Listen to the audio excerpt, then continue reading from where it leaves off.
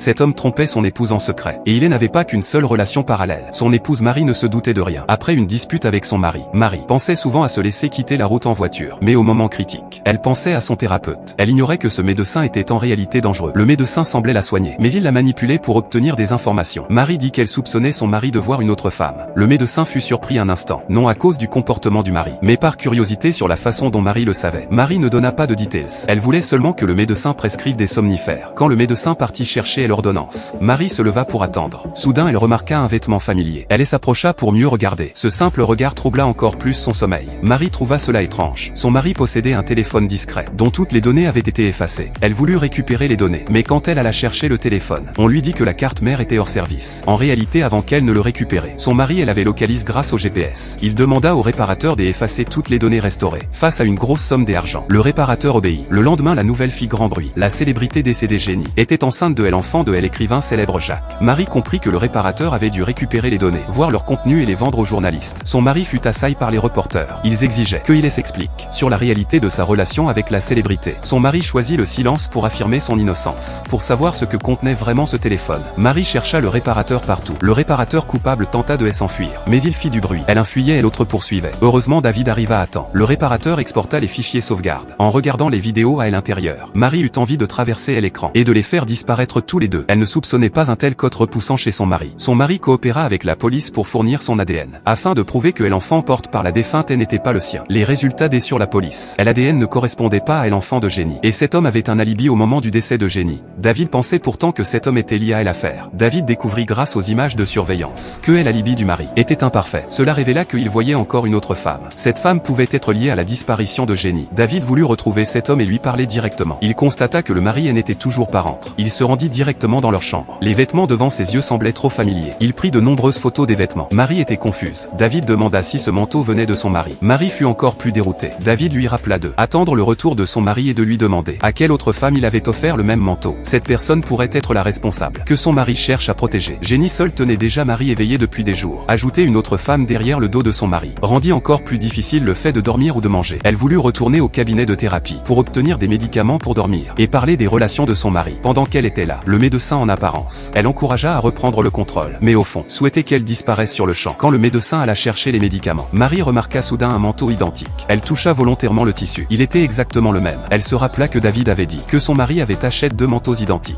et en avait donné un à une femme. Elle paniqua alors. La thérapeute savait tout à son sujet. La femme médecin ne réalisa pas que son identité était découverte. Elle ne s'attendait pas à ce que Marie soit encore plus implacable qu'elle. Un plan commença lentement à se dessiner.